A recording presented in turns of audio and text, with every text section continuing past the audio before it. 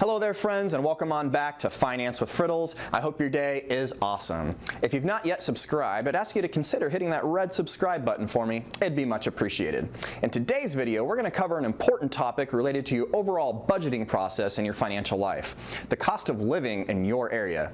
In particular, the housing costs and your overall cost of living.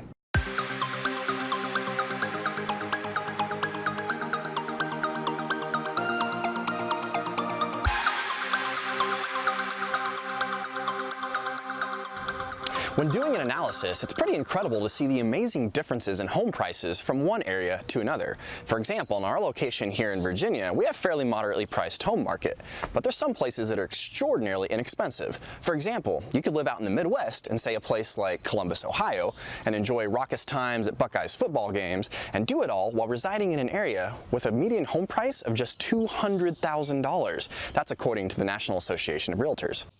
Or you can live in a place like Santa Clara, California, in Northern California's Bay Area and cheer on your San Francisco 49ers, all while paying not $200,000 for a home or even $500,000 for a home, in fact not even $1 million. Why? Because the median home price in Santa Clara, California, $1.2 million.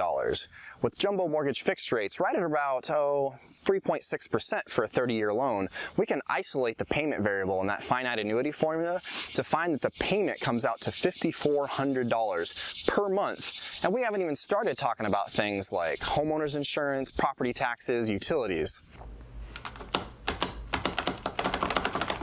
Oh no, honey, we spent so much of our after-tax income on the mortgage payment, we don't have anything left over for the utility company. Thanks. You see, for most people, housing is the biggest proportion of monthly expenses in their overall budget. Take, for example, an individual who happened to make 6 figures in Columbus, Ohio. That individual would have more than $89,000 in discretionary income left over after paying for the mortgage each year. But take that same individual making the same $100K in Santa Clara, California. That individual would have just $34,000 left over, or only $2,800 per month. And $2,800 doesn't go very far in Northern California. What's even more interesting is the median household income in Santa Clara, California, $108,000. So our method of taking just one simple measure of central tendency shows that the midpoint worker in Santa Clara forks over a whopping 60% of his or her income just to pay for the roof over your head. That compares to an individual in, say, Columbus, Ohio, where the median household income is $51,000. There, the midpoint worker forks over just 21% of their income to pay the mortgage each month. But Northern California's Bay Area, it's not the only incredibly high-priced housing market. In fact, it's joined by other areas like Los Angeles, Maui, New York, Boston, Philadelphia, and Washington, D.C., even Miami. These are all places where there are extraordinarily high home prices. And Columbus, Ohio, it's just one of a number of lower-priced areas, joined by other metro areas like Austin, Texas, Las Vegas, Colorado Springs, and Kansas City. In the end, where you live oftentimes has more of a financial impact than other decision-making processes like, do I want to shoot for maybe a little bit bigger house or a larger lot, or do I want to go for maybe a more modern home?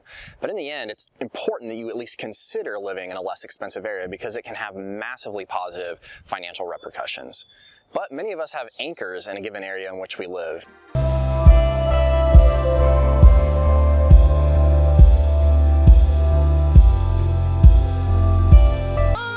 We might have family who lives there or friends who live there. We're networked in. We might have a job that we've had for a while, and it makes it even more difficult to move to another area.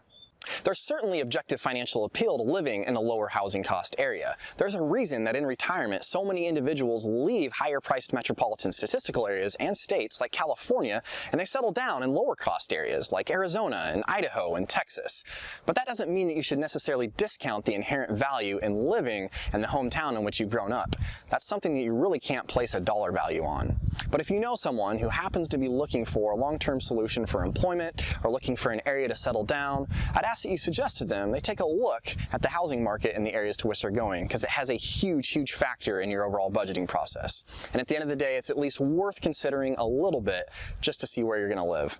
Thanks for watching Finance with Frittles.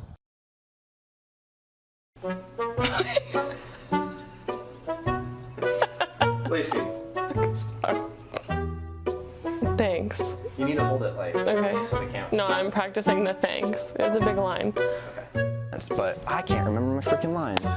That doesn't mean you should discount the inherent value. Okay. Thanks. Oh my gosh! Come on. This is so ridiculous.